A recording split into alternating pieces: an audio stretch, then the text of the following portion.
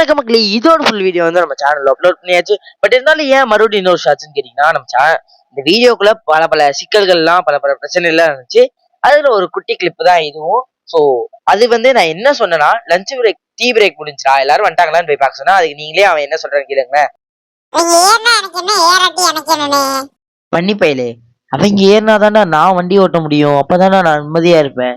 பாத்தீங்களா மக்களே, குட்டி பையன் ஒரு குசும்ப. நீ தாண்டா பெரியவன், அப்படியே வச்சுக்கோ.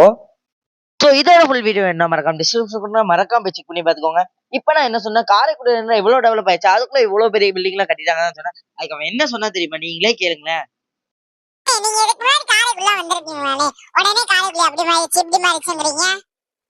தம்பி, நீ பெரிய ஆள் தான்ப்பா, நான் ஒத்துக்கிறேன்பா.